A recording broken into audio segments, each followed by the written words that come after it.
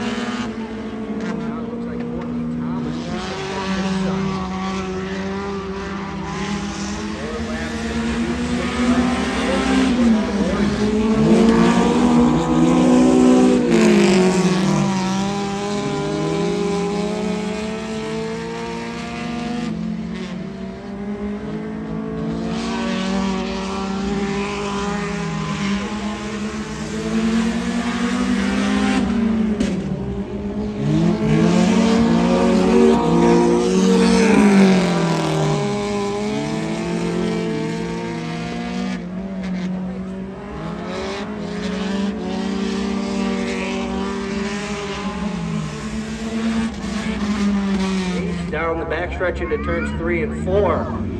We're ready to go. Green coming out of 4. Green flag into gear.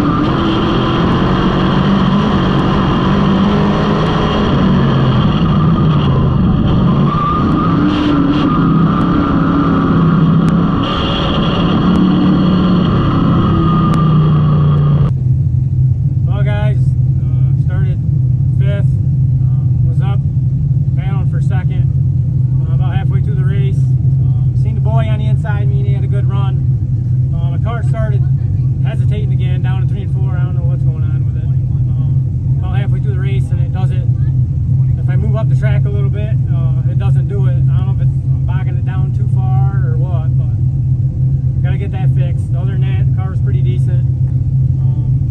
The corners slicked off a little more than we thought, so go back at it next week.